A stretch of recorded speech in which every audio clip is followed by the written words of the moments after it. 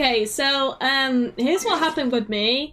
This is when I think this was when I was recovering from an eating disorder, and I got referred to a hypnosis for my pain from my IBS, and they put me on medication for morphine. And so here's the thing.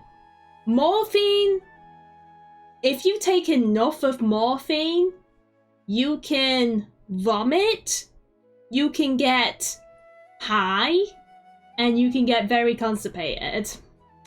So this was, I think, a day I was off work, and I was not doing very well. I was in a lot of stomach pain. Don't know why, because I was eating my safe foods, I was doing gentle exercises.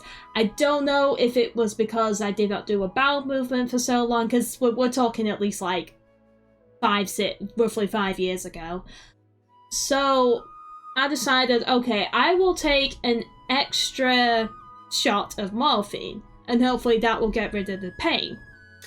Now, it did, but then I got really, really high, and I experienced what it was like to get high, because I felt light.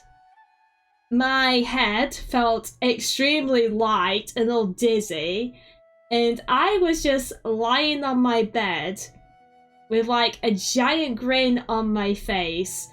And apparently, according to my parents, I laid down on my bed for at least 3 hours before the highness effect wore off on me. And I just lie down on my bed, and apparently I was just staring at the ceiling.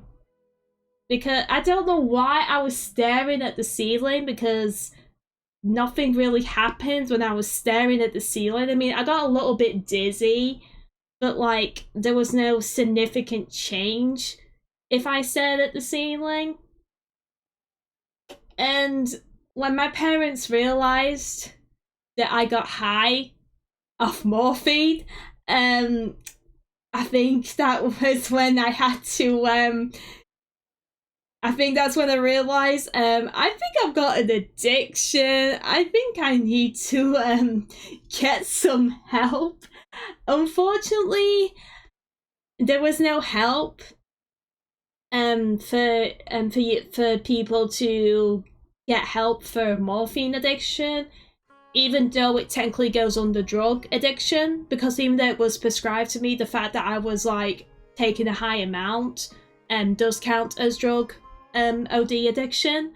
So what we did is that I had to go cold turkey. So we decided to... We did not throw the morphine away. I decided to hide it in a special box and put it in an area where it's extremely difficult to get to, so that if I really need it, I could, while trying to retrieve it, I could think it over if I really, really need it or not. It took, I think, 2 to 3 months until I was completely morphine free. But yeah, I got high off morphine because I got a prescription. And the fact that I got an addiction over it, it's pretty sad, but it's nice to see that I have been free of morphine OD addiction for just over 5 years now. I still sometimes do have morphine if I'm in the hospital. For example, when I did have surgery back in October, they did give me a shot of morphine, because when I woke up from surgery, it was extremely painful. So they did give me a shot of morphine, even though it does say in my notes that I did have an addiction to morphine. But I did say, yeah, just give me morphine, just give me 1 shot, and if I ask for morphine again, give me something else other than morphine, otherwise it's going to turn into addiction. You'll take it for you. Unfortunately, Tori, this is 5 years ago, so unfortunately the morphine has been thrown out. Unfortunately, you can't return morphine back to the pharmacy or the doctors. So yeah, we threw it out. I think there was like a really tiny amount anyway. So yeah, we threw it out. We got rid of it. But yeah, nice to see that I did recover from an addiction.